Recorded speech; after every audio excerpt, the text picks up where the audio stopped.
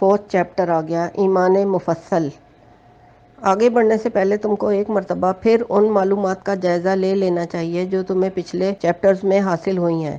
Number 1، اگرچہ اسلام کے معنی خدا کی اطاعت اور فرما برداری کے ہیں، لیکن چونکہ خدا کی ذات و صفات اور اس کی مرضی کے مطابق زندگی بسر کرنے کا طریقہ اور آخرت کی جزا و سزا کا صحیح حال صرف خدا کے پیغمبر ہی کے ذریعے سے معلوم ہو سکتا ہے، اس لیے مذہب اسلام کی صحیح تعریف یہ ہوئی کہ پیغمبر کی تعلیم پر ایمان لانا اور اس کے بتائے ہوئے طریقے پر خدا کی بندگی کرنا اسلام ہے۔ جو شخص پیغمبر کے واسطے کو چھوڑ کر براہ راست خدا کی اطاعت اور فرما برداری کا دعویٰ کرے وہ مسلم نہیں ہے۔ نمبر 2، قدیم زمانے میں الگ الگ قوموں کے لیے الگ الگ پیغمبر آتے تھے اور ایک ہی قوم میں یکے بعد دیگرے کئی پیغمبر آیا کرتے تھے۔ اس وقت ہر قوم کے لیے اسلام اس مذہب کا نام تھا جو خاص اسی قوم کے پیغمبر یا پیغمبروں نے سکھایا۔ اگرچہ اسلام کی حقیقت ہر ملک اور ہر زمانے میں ایک ہی تھی، مگر شریعتیں یعنی قوانین اور عبادات کے طریقے کچھ مختلف تھے، اس لیے ایک قوم پر دوسری قوم کے پیغمبروں کی پیروی ضروری نہ تھی، اگرچہ ایمان لانا سب پر ضروری تھا۔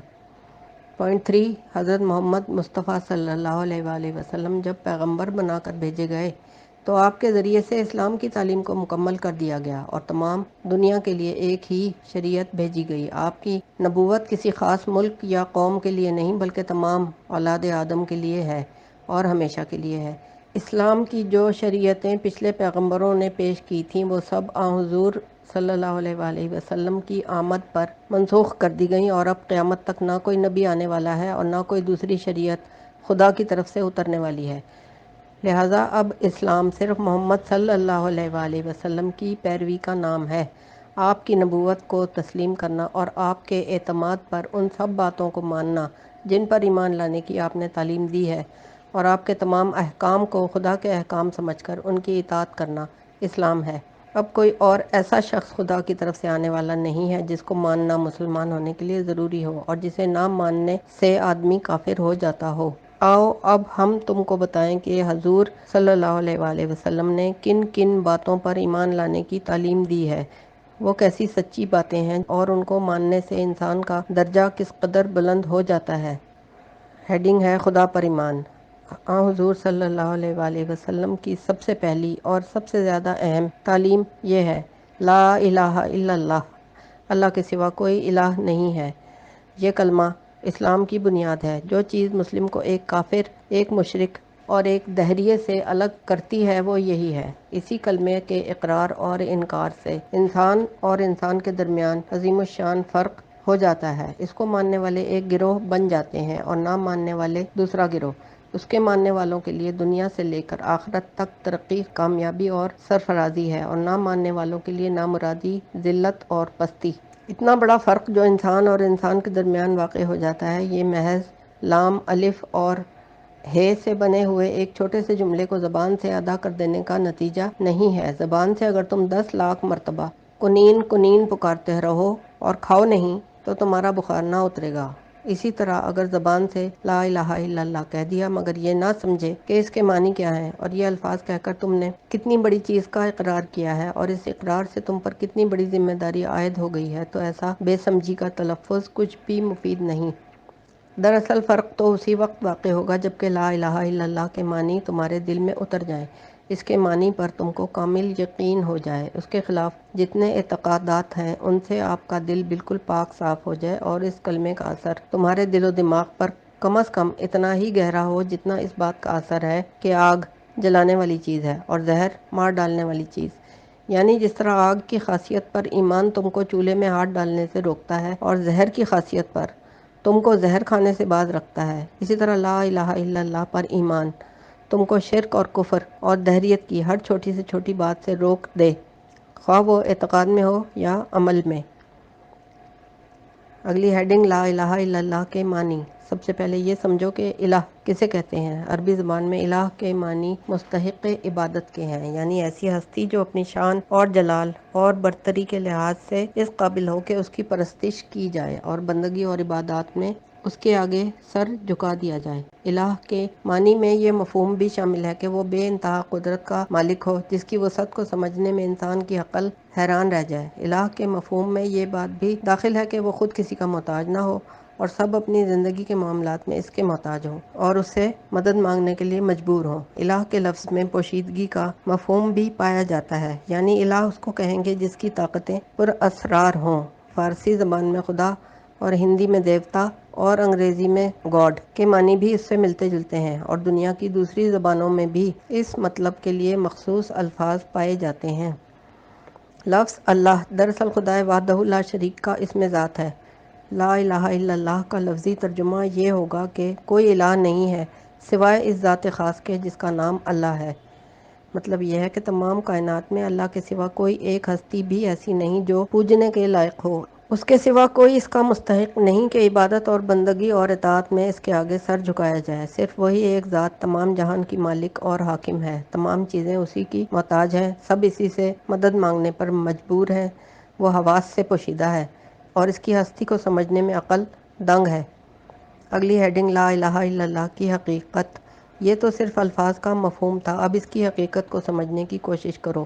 انسان کی قدیم سے قدیم تاریخ کے جو حالات ہم تک پہنچے ہیں اور پرانی سے پرانی قوموں کے جو آثار دیکھے گئے ہیں، ان سے معلوم ہوتا ہے کہ انسان نے ہر زمانے میں کسی نہ کسی کو خدا مانا ہے اور کسی نہ کسی کی عبادت ضرور کی ہے۔ اب بھی دنیا میں جتنی قومیں ہیں، خواہ وہ نہایت وحشی ہوں یا نہایت مہذب، ان سب میں یہ بات موجود ہے کہ وہ کسی کو خدا مانتی ہیں اور اس کی عبادت کرتی ہیں۔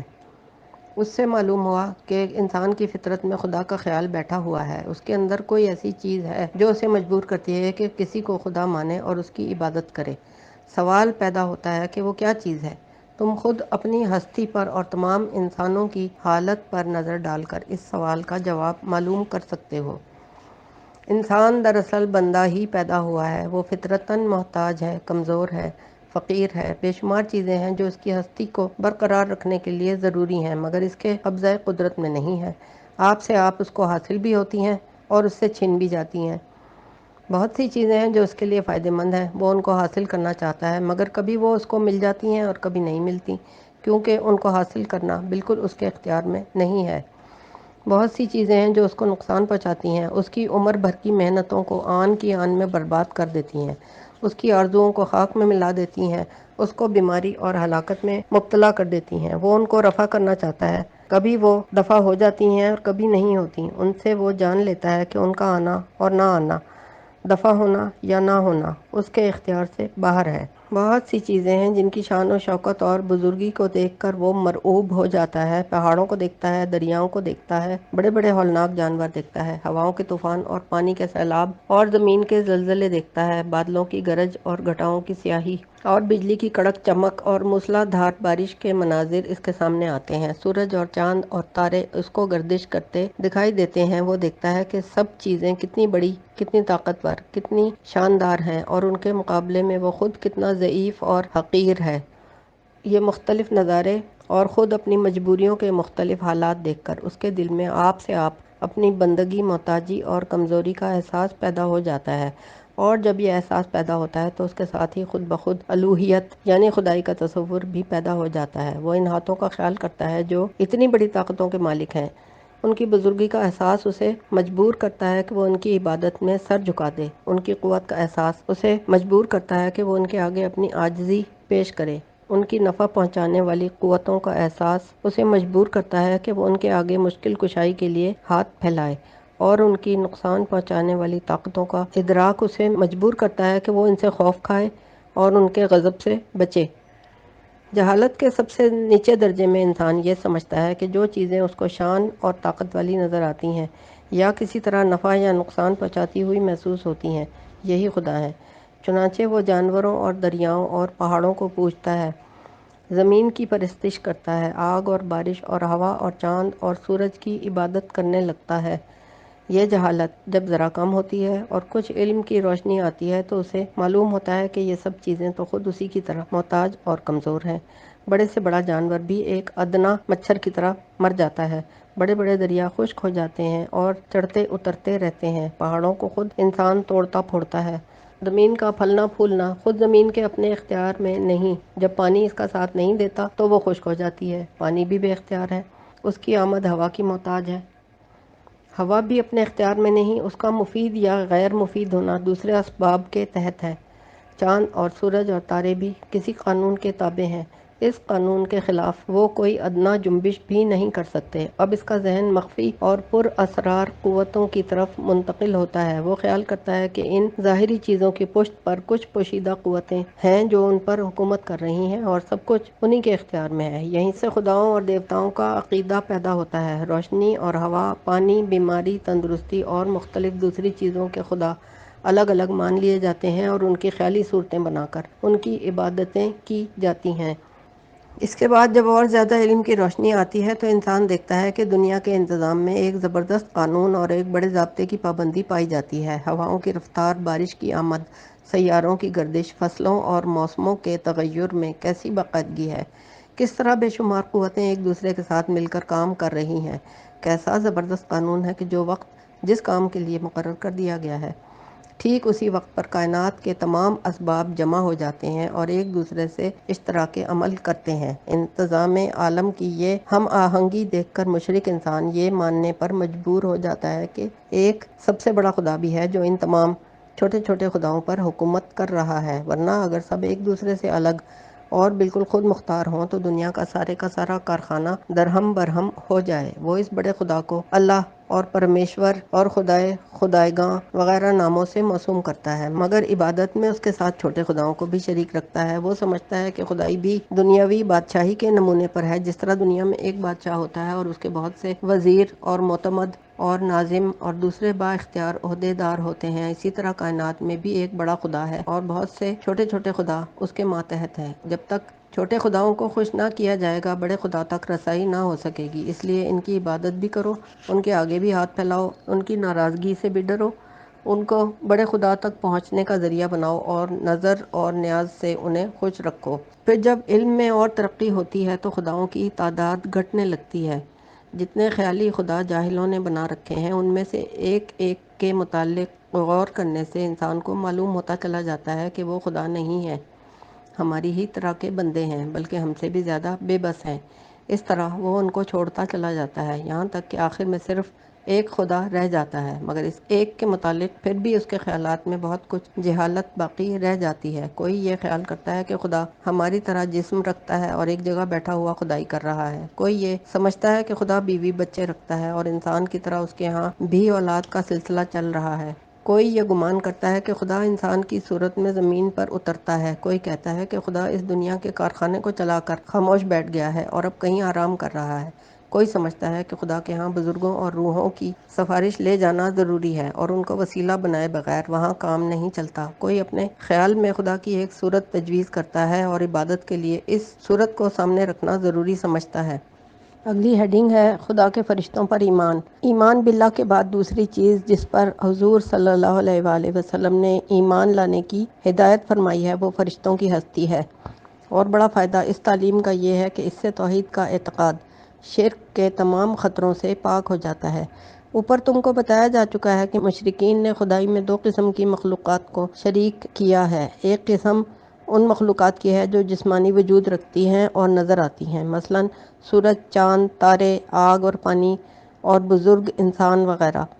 دوسری قسم ان مخلوقات کی ہے جن کا وجود جسمانی نہیں ہے بلکہ وہ نظروں سے اوجھل ہیں اور پس پردہ کائنات کا انتظام کر رہی ہیں، مثلاً کوئی ہوا چلانے والی اور کوئی پانی برسانے والی اور کوئی روشنی باہم پہنچانے والی۔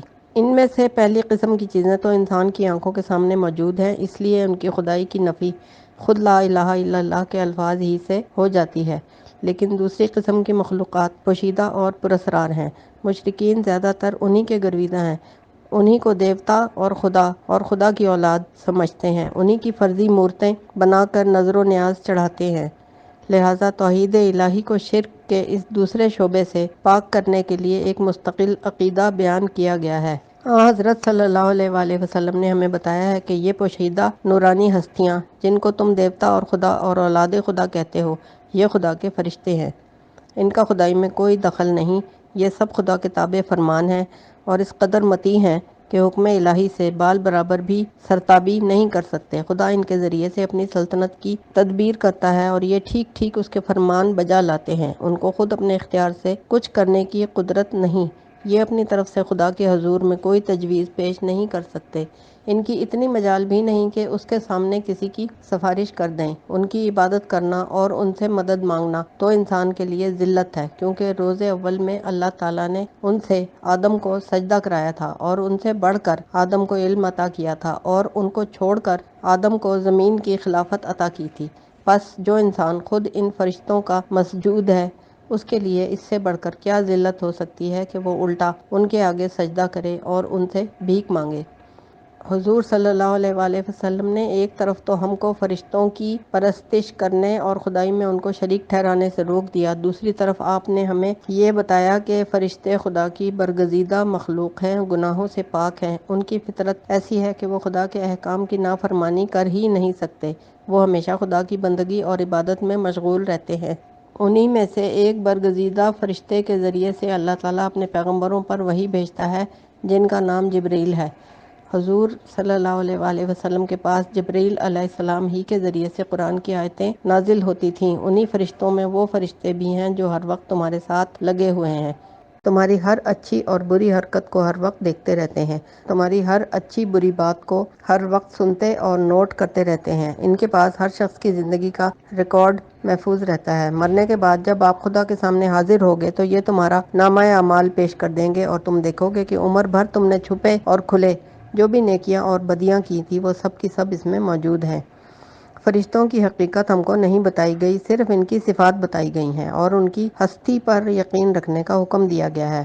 ہمارے پاس یہ معلوم کرنے کا کوئی ذریعہ نہیں کہ وہ کیسے ہیں اور کیسے نہیں، لہٰذا اپنی عقل سے ان کی ذات کے متعلق کوئی بات تراش لینا جہالت ہے اور ان کے وجود سے انکار کرنا کفر ہے، کیونکہ انکار کرنے کے لیے کسی کے پاس کوئی دلیل نہیں، اور انکار کے معنی رسول اللہ صلی اللہ علیہ وآلہ وسلم کو نعوذ باللہ جھوٹا قرار دینے کے ہیں۔ ہم ان کے وجود پر صرف اس لیے ایمان لاتے ہیں کہ خدا کے سچے رسول نے ہم کو ان کی خبر دی ہے۔ اگلی ہیڈنگ ہے خدا کی کتابوں پر ایمان۔ تیسری چیز جس پر ایمان لانے کی تعلیم حضرت محمد صلی اللہ علیہ وآلہ وسلم کے ذریعے سے ہم کو دی گئی ہے وہ اللہ کی کتابیں ہیں جو اس نے اپنے نبیوں پر نازل کیں۔ تیسری چیز جس پر ایمان لانے کی تعلیم حضرت محمد صلی اللہ علیہ وآلہ وسلم کے ذریعے سے ہم کو دی گئی ہے وہ اللہ کی کتابیں ہیں جو اس نے اپنے نبیوں پر نازل کیں۔ اللہ تعالیٰ نے جس طرح حضرت محمد صلی اللہ علیہ وآلہ وسلم پر قرآن نازل فرمایا ہے، اسی طرح آپ سے پہلے جو رسول گزرے تھے ان کے پاس بھی اپنی کتابیں بھیجی تھیں۔ ان میں سے بعض کتابوں کے نام ہم کو بتائے گئے ہیں، مثلاً صحف ابراہیم علیہ السلام جو حضرت ابراہیم علیہ السلام پر اترے، تورات جو حضرت موسیٰ علیہ السلام پر نازل ہوئی، زبور جو حضرت داؤد علیہ السلام کے پاس بھیجی گئی، اور انجیل جو حضرت عیسیٰ علیہ السلام کو دی گئی۔ ان کے سوا دوسری کتابیں جو رسولوں کے پاس آئی تھیں ان کے نام ہم کو نہیں بتائے گئے، اس لیے کسی اور مذہبی کتاب کے متعلق ہم یقین کے ساتھ نہ یہ کہہ سکتے ہیں کہ وہ خدا کی طرف سے ہے اور نہ یہ کہہ سکتے ہیں کہ وہ خدا کی طرف سے نہیں ہے۔ البتہ ہم ایمان لاتے ہیں کہ جو کتابیں بھی خدا کی طرف سے آئی تھیں وہ سب برحق تھیں۔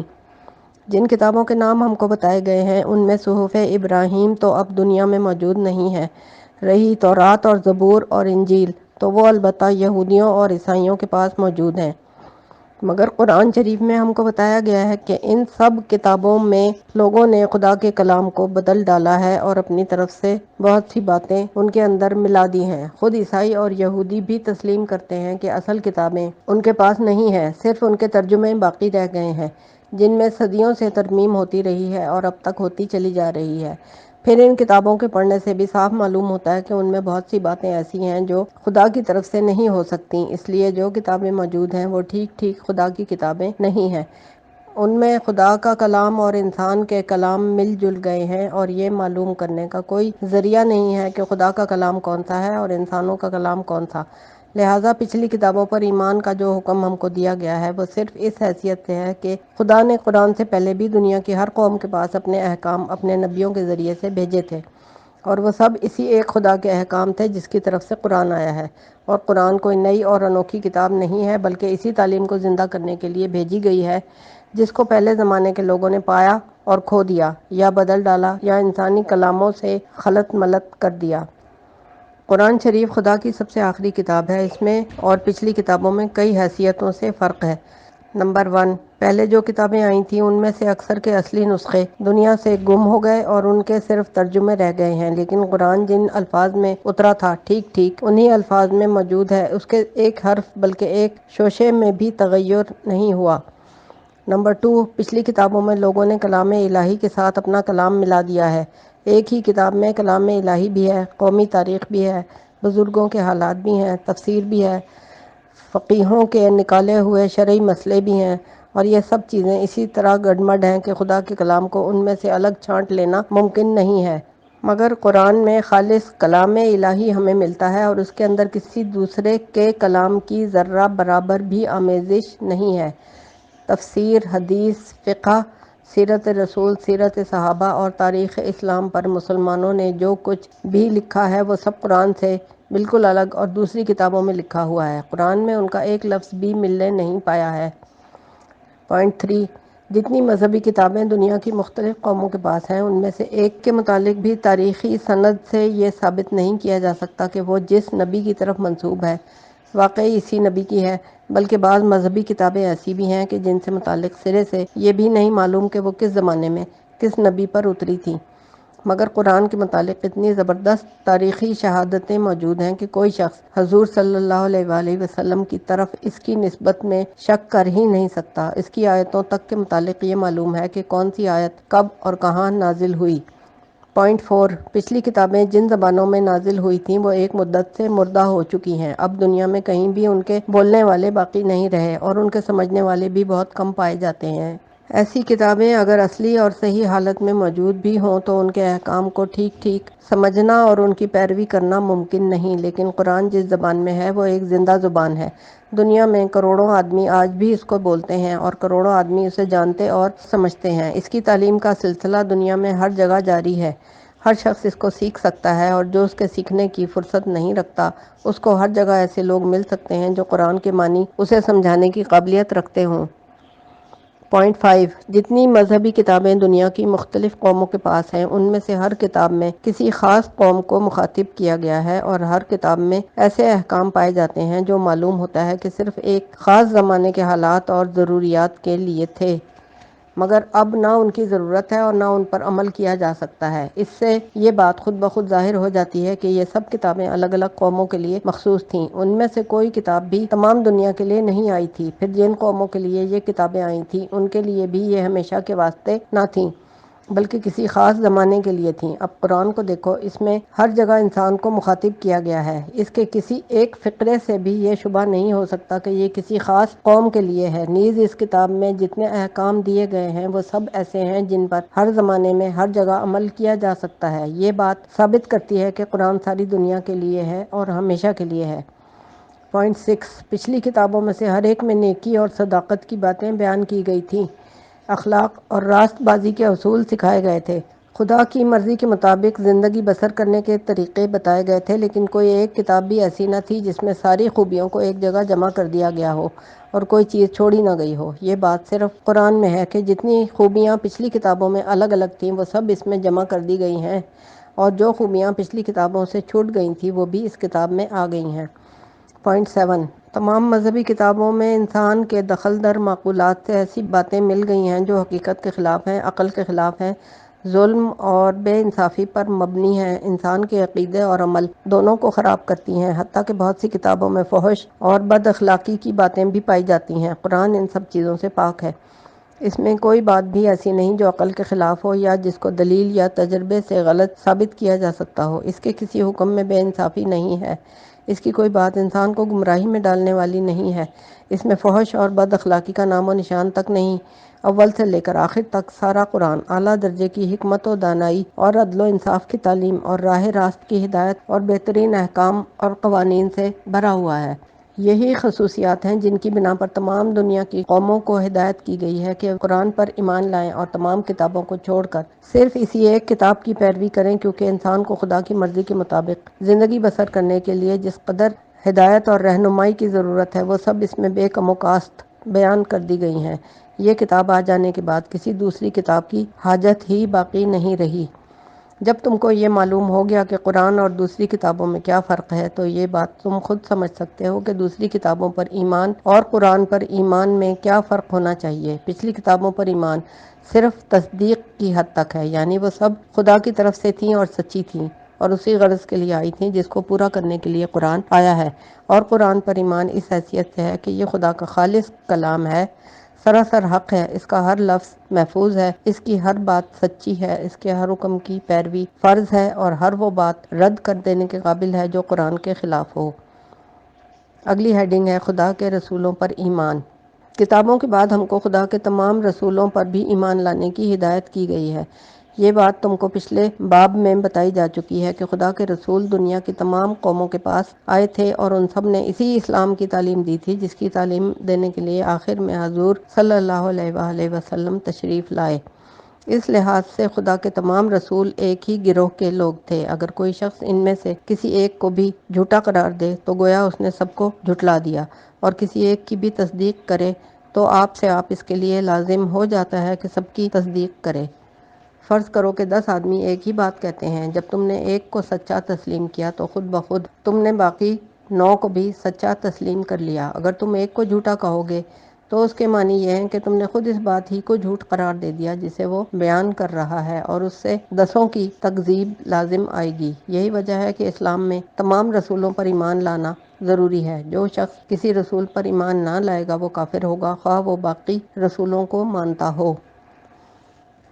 روایات میں آیا ہے کہ دنیا کی مختلف قوموں میں جو نبی بھیجے گئے ہیں ان کی تعداد 1,24,000 ہے۔ اگر تم خیال کرو کہ دنیا کب سے آباد ہے اور اس میں کتنی قومیں گزر چکی ہیں تو یہ تعداد کچھ بھی زیادہ معلوم نہ ہوگی۔ ان 1,25,000 نبیوں میں سے جن کے نام ہم کو قرآن میں بتائے گئے ہیں ان پر تو صراحت کے ساتھ ایمان لانا ضروری ہے۔ باقی تمام کے متعلق ہم کو صرف یہ عقیدہ رکھنے کی تعلیم دی گئی ہے کہ جو لوگ بھی خدا کی طرف سے اس کے بندوں کی ہدایت کے لیے بھیجے گئے تھے وہ سب سچے تھے۔ ہندوستان، چین، ایران، مصر، افریقہ، یورپ اور دنیا کے دوسرے ملکوں میں جو نبی آئے ہوں گے ان سب پر ایمان لاتے ہیں، مگر ہم کسی خاص شخص کے متعلق یہ نہیں کہہ سکتے کہ وہ نبی تھا اور نہ یہ کہہ سکتے ہیں کہ وہ نبی نہ تھا، اس لیے کہ ہمیں اس کے متعلق کچھ بتایا نہیں گیا۔ البتہ مختلف مذاہب کے پیرو جن لوگوں کو اپنا پیشوا مانتے ہیں ان کے خلاف کچھ کہنا ہمارے لیے جائز نہیں۔ بہت ممکن ہے کہ در حقیقت وہ نبی ہوں اور بعد میں ان کے پیروؤں نے ان کے مذہب کو بگاڑ دیا ہو، جس طرح حضرت موسیٰ علیہ السلام اور حضرت عیسیٰ علیہ السلام کے پیروؤں نے بگاڑا۔ لہٰذا ہم جو بھی کچھ اظہار رائے کریں گے ان کے مذہب اور ان کی رسموں کے متعلق کریں گے، مگر پیشواؤں کے حق میں خاموش رہیں گے تاکہ بغیر جانے بوجھے ہم سے کسی رسول کی شان میں گستاخی نہ ہو جائے۔ پچھلے رسولوں میں اور حضرت محمد صلی اللہ علیہ وآلہ وسلم میں اس لحاظ سے تو کوئی فرق نہیں کہ آپ کی طرح وہ بھی سچے تھے، خدا کے بھیجے ہوئے تھے، اسلام کا سیدھا راستہ بتانے والے تھے اور ہمیں سب پر ایمان لانے کا حکم دیا گیا ہے، مگر ان ساری حیثیتوں میں یکساں ہونے کے باوجود آپ میں اور دوسرے پیغمبروں میں 3 باتوں کا فرق بھی ہے۔ ایک یہ کہ پچھلے انبیاء خاص قوموں میں خاص زمانوں کے لیے آئے تھے اور حضرت محمد صلی اللہ علیہ وآلہ وسلم تمام دنیا کے لیے اور ہمیشہ کے لیے نبی بنا کر بھیجے گئے ہیں، جیسا کہ ہم پچھلے باب میں تفصیل کے ساتھ بیان کر چکے ہیں۔ دوسرے یہ کہ پچھلے انبیاء کی تعلیمات یا تو بالکل دنیا سے ناپید ہو چکی ہیں یا کسی قدر باقی بھی رہ گئی ہیں تو اپنی خالص صورت میں محفوظ نہیں رہی ہیں۔ اسی طرح ان کے ٹھیک ٹھیک حالات زندگی بھی آج دنیا میں کہیں نہیں ملتے، بلکہ ان پر بکثرت افسانوں کے ردے چڑھ گئے ہیں۔ اس وجہ سے اگر کوئی ان کی پیروی کرنا چاہے بھی تو نہیں کر سکتا، بخلاف اس کے حضرت محمد صلی اللہ علیہ وآلہ وسلم کی تعلیم، آپ کی سیرت پاک، آپ کی زبانی ہدایات، آپ کے عملی طریقے، آپ کے اخلاق، عادات، خصائل، غرض ہر چیز دنیا میں بالکل محفوظ ہے۔ اس لیے در حقیقت تمام پیغمبروں میں صرف حضور ہی ایک زندہ پیغمبر ہیں اور صرف آپ صلی اللہ علیہ وآلہ وسلم ہی کی پیروی کرنا ممکن ہے۔ تیسرے یہ کہ پچھلے انبیاء کے ذریعے سے اسلام کی جو تعلیم دی گئی تھی وہ مکمل نہیں تھی۔ ہر نبی کے بعد دوسرا نبی آ کر اس کے احکام اور قوانین اور ہدایات میں ترمیم و اضافہ کرتا رہا اور اصلاح و ترقی کا سلسلہ برابر جاری تھا۔ اسی لیے ان نبیوں کی تعلیمات کو ان کا زمانہ گزر جانے کے بعد اللہ تعالیٰ نے محفوظ بھی نہیں رکھا، کیونکہ ہر کامل تعلیم کے بعد پچھلی ناقص تعلیم کی ضرورت باقی نہیں رہی تھی۔ آخر میں حضرت محمد صلی اللہ علیہ وآلہ وسلم کے ذریعے سے اسلام کی ایسی تعلیم دی گئی جو ہر حیثیت سے مکمل تھی۔ اس کے بعد تمام انبیاء کی شریعتیں آپ سے آپ منسوخ ہو گئیں، کیونکہ کامل کو چھوڑ کر ناقص کی پیروی کرنا عقل کے خلاف ہے۔ جو شخص محمد صلی اللہ علیہ وآلہ وسلم کی پیروی کرے گا اس نے گویا تمام نبیوں کی پیروی کی، اس لیے کہ تمام نبیوں کی تعلیم میں جو کچھ بھلائی تھی وہ سب حضور کی تعلیم میں موجود ہے، اور جو شخص آپ کی پیروی چھوڑ کر کسی پچھلے نبی کی پیروی کرے گا وہ بہت سی بھلائیوں سے محروم رہ جائے گا، اس لیے کہ جو بھلائیاں بعد میں آئی ہیں وہ اس پرانی تعلیم میں نہ تھیں۔ ان وجوہ سے تمام دنیا کے انسانوں پر لازم ہو گیا ہے کہ وہ صرف حضرت محمد صلی اللہ علیہ وآلہ وسلم کی پیروی کریں۔ مسلمان ہونے کے لیے ضروری ہے کہ انسان حضور پر 3 حیثیتوں سے ایمان لائے۔ ایک یہ کہ آپ خدا کے سچے پیغمبر ہیں، دوسرے یہ کہ آپ کی ہدایت بالکل کامل ہے، اس میں کوئی نقص نہیں اور وہ ہر غلطی سے پاک ہے، تیسرے یہ کہ آپ خدا کے آخری پیغمبر ہیں، آپ کے بعد قیامت تک کوئی نبی کسی قوم میں آنے والا نہیں ہے، نہ کوئی ایسا شخص آنے والا ہے جس پر ایمان لانا مسلمان ہونے کے لیے شرط ہو، جس کو نہ ماننے سے کوئی شخص کافر ہو جائے۔ اگلی ہیڈنگ ہے آخرت پر ایمان۔ 5ویں چیز جس پر حضور صلی اللہ علیہ وآلہ وسلم نے ہم کو ایمان لانے کی ہدایت فرمائی ہے وہ آخرت ہے۔ آخرت کے متعلق جن جن چیزوں پر ایمان لانا ضروری ہے وہ یہ ہیں۔ نمبر 1، ایک دن اللہ تعالیٰ تمام عالم اور اس کی مخلوقات کو مٹا دے گا، اس دن کا نام قیامت ہے۔ نمبر 2، پھر وہ سب کو ایک دوسری زندگی بخشے گا اور سب اللہ کے سامنے حاضر ہوں گے، اس کو حشر کہتے ہیں۔ نمبر 3، تمام لوگوں نے اپنی دنیاوی زندگی میں جو کچھ کیا ہے اس کا پورا نامہ اعمال خدا کی عدالت میں پیش ہوگا۔ نمبر 4، اللہ تعالیٰ ہر شخص کے اچھے اور برے اعمال وزن فرمائے گا، جس کی بھلائی خدا کی میزان میں برائی سے زیادہ وزنی ہوگی اس کو بخش دے گا، اور جس کی برائی کا پلہ بھاری رہے گا اسے سزا دے گا۔ نمبر 5، جن لوگوں کی بخشش ہو جائے گی وہ جنت میں جائیں گے اور جن کو سزا دی جائے گی وہ دوزخ میں جائیں گے۔ اگلی ہیڈنگ ہے عقیدہ آخرت کی ضرورت۔ آخرت کا یہ عقیدہ جس طرح حضرت محمد صلی اللہ علیہ وآلہ وسلم نے پیش کیا ہے اسی طرح تمام پچھلے انبیاء بھی اسے پیش کرتے آئے ہیں، اور ہر زمانے میں اس پر ایمان لانا مسلمان ہونے کے لیے لازمی شرط رہا ہے۔ تمام نبیوں نے اس شخص کو کافر قرار دیا ہے جو اس سے انکار کرے یا اس میں شک کرے، کیونکہ اس عقیدے کے بغیر خدا اور اس کی کتابوں اور اس کے رسولوں کو ماننا بالکل بے معنی ہو جاتا ہے اور انسان کی ساری زندگی خراب ہو جاتی ہے۔ اگر تم غور کرو تو یہ بات آسانی سے سمجھ میں آ سکتی ہے۔ تم سے جب کبھی کسی کام کے لیے کہا جاتا ہے تو سب سے پہلا سوال جو تمہارے دل میں پیدا ہوتا ہے وہ یہی ہے کہ اس کے کرنے کا فائدہ کیا ہے اور نہ کرنے کا نقصان کیا ہے۔ یہ سوال کیوں پیدا ہوتا ہے؟ اس کی وجہ یہ ہے کہ انسان کی فطرت ہر ایسے کام کو لغو اور فضول سمجھتی ہے جس کا کوئی حاصل نہ ہو۔ آپ کسی ایسے فعل پر کبھی آمادہ نہ ہوں گے جس کے متعلق آپ کو یقین ہو کہ اس سے کوئی فائدہ نہیں، اور اسی طرح تم کسی ایسی چیز سے پرہیز کرنا بھی قبول نہ کرو گے جس کے متعلق آپ کو یقین ہو کہ اس سے کوئی نقصان نہیں۔ یہی حال شک کا بھی ہے۔ جس کام کا فائدہ مشکوک ہو اس میں آپ کا جی ہرگز نہ لگے گا، اور جس کام کے نقصان دہ ہونے میں شک ہو اس سے بچنے کی بھی آپ کوئی خاص کوشش نہ کریں گے۔ بچوں کو دیکھیں، وہ آگ میں ہاتھ کیوں ڈالتے ہیں؟ اسی لیے نہ کہ ان کو اس بات کا یقین نہیں ہے کہ آگ جلا دینے والی چیز ہے۔ اور وہ پڑھنے سے کیوں بھاگتے ہیں؟ اسی وجہ سے نہ کہ جو کچھ فائدے ان کے بڑے انہیں سمجھانے کی کوشش کرتے ہیں وہ ان کے دل کو نہیں لگتے۔ اب خیال کریں کہ جو شخص آخرت کو نہیں مانتا وہ خدا کو ماننے اور اس کی مرضی کے مطابق چلنے کو بے نتیجہ سمجھتا ہے۔ اس کے نزدیک نہ تو خدا کی فرما برداری کا کوئی فائدہ ہے اور نہ اس کی نافرمانی کا کوئی نقصان۔ پھر کیوں کر ممکن ہے کہ وہ ان احکام کی اطاعت کرے جو خدا نے اپنے رسولوں اور اپنی کتابوں کے ذریعے سے دیے ہیں؟ بالفرض اگر اس نے خدا کو مان بھی لیا تو ایسا ماننا بالکل بیکار ہوگا، کیونکہ وہ خدا کے قانون کی اطاعت نہ کرے گا اور اس کی مرضی کے مطابق نہ چلے گا۔ لیکن یہ معاملہ یہیں تک نہیں رہتا۔ تم اور زیادہ غور کرو گے تو تم کو معلوم ہوگا کہ آخرت کا انکار یا اقرار انسان کی زندگی میں فیصلہ کن اثر رکھتا ہے۔ جیسا کہ ہم نے اوپر بیان کیا ہے، انسان کی فطرت ہی ایسی ہے کہ وہ ہر کام کے کرنے یا نہ کرنے کا فیصلہ اس کے فائدے اور نقصان کے لحاظ سے کرتا ہے۔ اب ایک شخص تو وہ ہے جس کی نظر صرف اسی دنیا کے فائدے اور نقصان پر ہے۔ وہ کسی ایسے نیک کام پر ہرگز آمادہ نہ ہوگا جس سے کوئی فائدہ اس دنیا میں حاصل ہونے کی امید نہ ہو، اور کسی ایسے برے کام سے پرہیز نہ کرے گا جس سے اس دنیا میں کوئی نقصان پہنچنے کا خطرہ نہ ہو۔ ایک دوسرا شخص ہے جس کی نظر افعال کے آخری نتائج پر ہے۔ وہ دنیا کے فائدے اور نقصان کو محض عارضی چیز سمجھے گا، وہ آخرت کے دائمی فائدے یا نقصان کا لحاظ کر کے نیکی کو اختیار کرے گا اور بدی کو چھوڑ دے گا، خواہ اس دنیا میں نیکی سے کتنا ہی بڑا نقصان اور بدی سے کتنا ہی بڑا فائدہ کیوں نہ ہوتا ہو۔ دیکھو دونوں میں کتنا بڑا فرق ہو گیا۔ ایک کے نزدیک نیکی وہ ہے جس کا کوئی اچھا نتیجہ اس دنیا کی ذرا سی زندگی میں حاصل ہو جائے، مثلاً کچھ روپیہ ملے، کوئی زمین ہاتھ آ جائے، کوئی عہدہ مل جائے، کچھ نیک نامی اور شہرت ہو جائے، کچھ لوگ واہ واہ کریں یا کچھ لذت یا خوشی حاصل ہو جائے، کچھ خواہشات کی تسکین ہو، کچھ نفس کو مزہ آ جائے، اور بدی وہ ہے جس سے کوئی برا نتیجہ اس زندگی میں ظاہر ہو یا ظاہر ہونے کا خوف ہو، مثلاً جان و مال کا نقصان، صحت کی خرابی، بدنامی، حکومت کی سزا، کسی قسم کی تکلیف یا رنج یا بدمزگی۔ اس کے مقابلے میں دوسرے شخص کے نزدیک نیکی وہ ہے جس سے خدا خوش ہو اور بدی وہ ہے جس سے خدا ناراض ہو۔ نیکی اگر دنیا میں اس کو کسی قسم کا فائدہ نہ پہنچائے بلکہ الٹا نقصان ہی نقصان دے، تب بھی وہ اس نیکی کو نیکی ہی سمجھتا ہے اور یقین رکھتا ہے کہ آخر کار خدا اس کو ہمیشہ باقی رہنے والا فائدہ عطا کرے گا، اور بدی سے خواہ یہاں کسی قسم کا نقصان نہ پہنچے، نہ نقصان کا خوف ہو بلکہ سراسر فائدہ ہی فائدہ نظر آئے، پھر بھی وہ اس کو بدی ہی سمجھتا ہے اور یقین رکھتا ہے کہ اگر میں دنیا کی اس مختصر زندگی میں سزا سے بچ گیا اور چند روزہ مزے لوٹتا رہا تب بھی آخر کار خدا کے عذاب سے نہ بچوں گا۔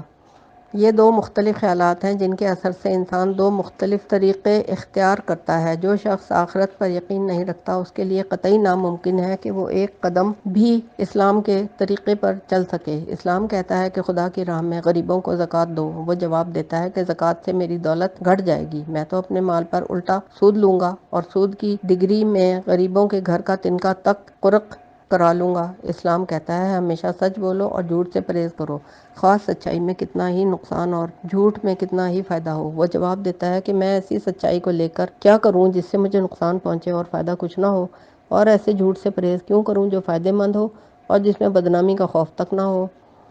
وہ ایک سنسان راستے سے گزرتا ہے اور ایک قیمتی چیز پڑی ہوئی اس کو نظر آتی ہے۔ اسلام کہتا ہے کہ یہ تیرا مال نہیں ہے، تو اس کو ہرگز نہ لے۔ وہ جواب دیتا ہے کہ مفت آئی ہوئی چیز کو کیوں چھوڑ دوں؟ یہاں کوئی دیکھنے والا نہیں جو پولیس کو خبر کرے یا عدالت میں گواہی دے یا لوگوں میں مجھے بدنام کرے، پھر کیوں نہ میں اس مال سے فائدہ اٹھاؤں۔ ایک شخص پوشیدہ طور پر اس کے پاس کوئی امانت رکھواتا ہے اور مر جاتا ہے۔ اسلام کہتا ہے کہ امانت میں خیانت نہ کر، اس کا مال اس کے بچوں کو پہنچا دے۔ وہ کہتا ہے کیوں؟ کوئی شہادت اس بات کی نہیں کہ مرنے والے کا مال میرے پاس ہے، خود اس کے بال بچوں تک کو اس کی خبر نہیں، جب میں آسانی کے ساتھ اس کو کھا سکتا ہوں اور کسی دعوے یا کسی بدنامی کا خوف بھی نہیں تو کیوں نہ اسے کھا جاؤں۔ غرض یہ ہے کہ زندگی کے راستے میں ہر قدم پر اسلام اس کو ایک طریقے پر چلنے کی ہدایت کرے گا اور وہ اس کے بالکل خلاف دوسرا طریقہ اختیار کرے گا، کیونکہ اسلام میں ہر چیز کی قدر و قیمت آخرت کے دائمی نتائج کے لحاظ سے ہے، مگر وہ شخص ہر معاملے میں نظر صرف ان نتائج پر رکھتا ہے جو اس دنیا کی چند روزہ زندگی میں حاصل ہوتے ہیں۔ اب تم سمجھ سکتے ہو کہ آخرت پر ایمان لائے بغیر انسان کیوں مسلمان نہیں ہو سکتا۔ مسلمان تو خیر بڑی چیز ہے، سچ یہ ہے کہ آخرت کا انکار انسان کو انسانیت سے گرا کر حیوانیت سے بھی بدتر درجے میں لے جاتا ہے۔ اگلی ہیڈنگ ہے عقیدہ آخرت کی صداقت۔ عقیدہ آخرت کی ضرورت اور اس کی منفعت تم کو معلوم ہو گئی۔ اب ہم مختصر طور پر تمہیں یہ بتاتے ہیں کہ حضرت محمد صلی اللہ علیہ وآلہ وسلم نے جو عقیدہ آخرت کے متعلق بیان فرمایا ہے عقل کی روح سے بھی وہی صحیح معلوم ہوتا ہے، اگرچہ اس عقیدے پر ہمارا ایمان صرف رسول خدا کے اعتماد پر ہے، عقل پر اس کا مدار نہیں ہے، لیکن جب ہم غور و فکر سے کام لیتے ہیں تو ہم کو آخرت کے متعلق تمام عقیدوں میں سب سے زیادہ یہی عقیدہ مطابق عقل معلوم ہوتا ہے۔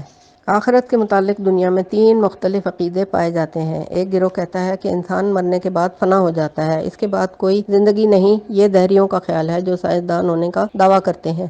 دوسرا گروہ کہتا ہے کہ انسان اپنے اعمال کا نتیجہ بھگتنے کے لیے بار بار اسی دنیا میں جنم لیتا ہے، اگر اس کے اعمال برے ہیں تو وہ دوسرے جنم میں کوئی جانور مثلاً کتا یا بلی بن کر آئے گا، یا کوئی درخت بن کر پیدا ہوگا، یا کسی بدتر درجے کے انسان کی شکل اختیار کرے گا، اور اگر اچھے اعمال ہیں تو زیادہ اونچے درجے پر پہنچے گا۔ یہ خیال بعض خام مذہبوں میں پایا جاتا ہے۔ تیسرا گروہ قیامت اور حشر اور خدا کی عدالت میں پیشی اور جزا اور سزا پر ایمان رکھتا ہے۔ یہ تمام انبیاء کا متفقہ عقیدہ ہے۔ اب پہلے گروہ کے عقیدے پر غور کرو۔ ان لوگوں کا کہنا ہے کہ مرنے کے بعد کسی کو زندہ ہوتے ہم نے نہیں دیکھا، ہم تو یہی دیکھتے ہیں کہ جو مرتا ہے وہ مٹی میں مل جاتا ہے، لہٰذا مرنے کے بعد کوئی زندگی نہیں۔ مگر غور کرو، کیا یہ کوئی دلیل ہے؟ مرنے کے بعد تم نے کسی کو زندہ ہوتے نہیں دیکھا تو تم زیادہ سے زیادہ یہ کہہ سکتے ہو کہ ہم نہیں جانتے کہ مرنے کے بعد کیا ہوگا۔ اس سے آگے بڑھ کر آپ یہ دعویٰ جو کرتے ہیں کہ ہم جانتے ہیں کہ مرنے کے بعد کچھ نہ ہوگا، اس کا تمہارے پاس کیا ثبوت ہے؟ ایک گنوار نے اگر ہوائی جہاز نہیں دیکھا تو وہ کہہ سکتا ہے کہ مجھے معلوم نہیں کہ ہوائی جہاز کیا ہے، لیکن جب وہ کہے گا کہ میں جانتا ہوں ہوائی جہاز کوئی چیز نہیں ہے، تو عقل مند اس کو احمق کہیں گے، اس لیے کہ اس کا کسی چیز کو نہ دیکھنا یہ معنی نہیں رکھتا کہ وہ کوئی چیز ہے ہی نہیں۔ ایک آدمی کیا اگر ساری دنیا کے لوگوں نے بھی کسی چیز کو نہ دیکھا ہو تو یہ دعویٰ نہیں کیا جا سکتا کہ وہ نہیں ہے یا نہیں ہو سکتی۔ اس کے بعد دوسرے عقیدے کو لو۔ اس عقیدے کی روح سے ایک شخص جو اس وقت انسان ہے وہ اس لیے انسان ہو گیا کہ جب وہ جانور تھا تو اس نے اچھے عمل کیے تھے، اور ایک جانور جو اس وقت جانور ہے وہ اس لیے جانور ہو گیا کہ انسان کی جون میں اس نے برے عمل کیے تھے۔ دوسرے الفاظ میں یوں کہو کہ انسان اور حیوان اور درخت ہونا سب دراصل پہلے جنم کے اعمال کا نتیجہ ہے۔ اب سوال یہ ہے کہ پہلے کیا چیز تھی؟ اگر کہتے ہو کہ پہلے انسان تھا تو ماننا پڑے گا کہ اس سے پہلے حیوان یا درخت ہو، ورنہ پوچھا جائے گا کہ انسان کا قالب اس کو کس اچھے عمل کے بدلے میں ملا۔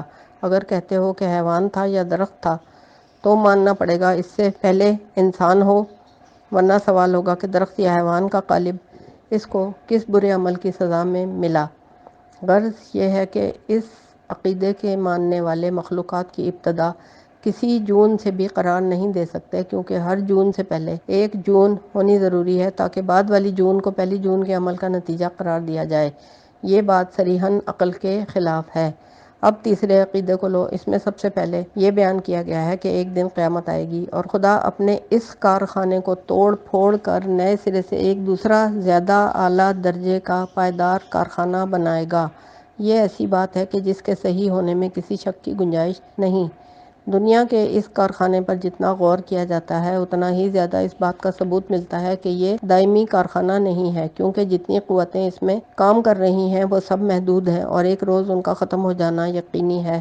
اس لیے تمام سائنسدان اس بات پر متفق ہو چکے ہیں کہ ایک دن سورج ٹھنڈا اور بے نور ہو جائے گا، سیارے ایک دوسرے سے ٹکرا جائیں گے اور دنیا تباہ ہو جائے گی۔ دوسری بات یہ بیان کی گئی ہے کہ انسان کو دوبارہ زندگی بخشی جائے گی۔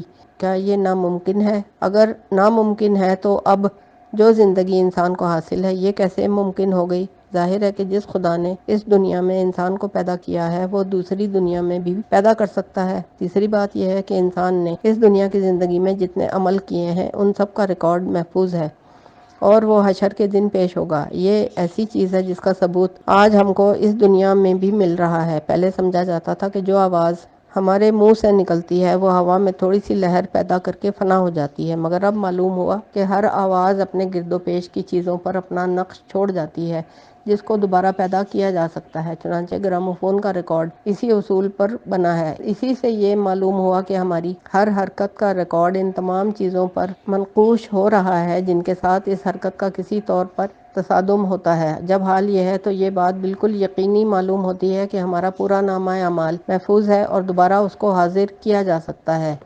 چوتھی بات یہ ہے کہ خدا حشر کے دن عدالت کرے گا اور حق کے ساتھ ہمارے اچھے برے اعمال کی جزا اور سزا دے گا۔ اس کو کون ناممکن کہہ سکتا ہے؟ اس میں کون سی بات خلاف عقل ہے؟ عقل تو خود یہ چاہتی ہے کہ کبھی خدا کی عدالت ہو اور ٹھیک ٹھیک حق کے ساتھ فیصلے کیے جائیں۔ ہم دیکھتے ہیں کہ ایک شخص نیکی کرتا ہے اور اس کا کوئی فائدہ اس کو دنیا میں حاصل نہیں ہوتا، ایک شخص بدی کرتا ہے اور اس سے کوئی نقصان اس کو نہیں پہنچتا۔ یہی نہیں بلکہ ہم ہزاروں مثالیں ایسی دیکھتے ہیں کہ ایک شخص نے نیکی کی اور اسے الٹا نقصان ہوا، ایک دوسرے شخص نے بدی کی اور وہ خوب مزے کرتا رہا۔ اس قسم کے واقعات کو دیکھ کر عقل مطالبہ کرتی ہے کہ کہیں نہ کہیں نیک آدمی کو نیکی کا اور شریر آدمی کو شرارت کا پھل ملنا چاہیے۔ آخری چیز جنت اور دوزخ ہے، ان کا وجود بھی ناممکن نہیں۔ اگر سورج اور چاند اور مریخ کو خدا بنا سکتا ہے تو آخر جنت اور دوزخ نہ بنا سکنے کی کیا وجہ ہے؟ جب وہ عدالت کرے گا اور لوگوں کو جزا اور سزا دے گا تو جزا پانے والوں کے لیے کوئی عزت اور لطف و مسرت کا مقام اور سزا پانے والوں کے لیے کوئی ذلت اور رنج اور تکلیف کا مقام بھی ہونا چاہیے۔ ان باتوں پر جب تم غور کرو گے تو تمہاری عقل خود کہہ دے گی کہ انسان کے انجام کے متعلق جتنے عقیدے دنیا میں پائے جاتے ہیں ان میں سب سے زیادہ دل کو لگتا ہوا عقیدہ یہی ہے، اور اس میں کوئی چیز خلاف عقل یا ناممکن نہیں ہے۔ پھر جب ایسی ایک بات محمد صلی اللہ علیہ وآلہ وسلم جیسے سچے نبی نے بیان کی ہے اور اس میں سراسر ہماری بھلائی ہے، تو عقل مندی یہ ہے کہ اس پر یقین کیا جائے، نہ یہ کہ خواہ بلا کسی دلیل کے شک کیا جائے۔ اگلی ہیڈنگ ہے کلمہ طیبہ۔ یہ 5 عقیدے ہیں جن پر اسلام کی بنیاد قائم ہے۔ ان 5 عقیدوں کا خلاصہ صرف ایک کلمے میں آ جاتا ہے، لا الہ الا اللہ محمد الرسول اللہ۔ تم جب لا الہ الا اللہ کہتے ہو تو تمام باطل معبودوں کو چھوڑ کر صرف ایک خدا کی بندگی کا اقرار کرتے ہو، اور جب محمد رسول اللہ کہتے ہو تو اس بات کی تصدیق کرتے ہو کہ حضرت محمد صلی اللہ علیہ وآلہ وسلم خدا کے رسول ہیں۔ رسالت کی تصدیق کے ساتھ خود بخود یہ بات تم پر لازم ہو جاتی ہے کہ خدا کی ذات و صفات اور ملائکہ اور کتب آسمانی اور انبیاء اور آخرت کے متعلق جو کچھ اور جیسا کچھ آن حضور نے تعلیم فرمایا ہے اس پر ایمان لاؤ، اور خدا کی عبادت اور فرما برداری کا جو طریقہ آپ نے بتایا ہے اس کی پیروی کرو۔ حاشیے میں لکھا ہے، میں نے ایمانیات کی تعداد 5 بتائی ہے۔ یہ پانچوں قرآن مجید کی آیت آمن الرسول بما انزل الیہ من ربہ اور ومن یکفر باللہ وملائکتہ، یہ سورہ نساء اور سورہ بقرہ کی آیت ہیں، سے ماخوذ ہیں۔ اس میں شک نہیں کہ حدیث میں والقدری خیری و شرہ کو بھی ایمانیات میں شامل کیا گیا ہے، اور اس طرح بنیادی عقائد 5 کے بجائے 6 قرار پاتے ہیں، لیکن در حقیقت ایمان بالقدر ایمان باللہ کا ایک جز ہے، اور قرآن مجید میں اس عقیدے کو اسی حیثیت سے بیان کیا گیا ہے۔ اس لیے میں نے اس عقیدے کو عقیدہ توحید کی تشریح میں بیان کرنے پر اکتفا کیا۔ بالکل اسی طرح بعض احادیث میں جنت اور دوزخ اور صراط اور میزان کو بھی الگ عقائد کی حیثیت سے بیان فرمایا گیا ہے، مگر در حقیقت یہ سب ایمان بالآخرہ کے اجزاء ہیں۔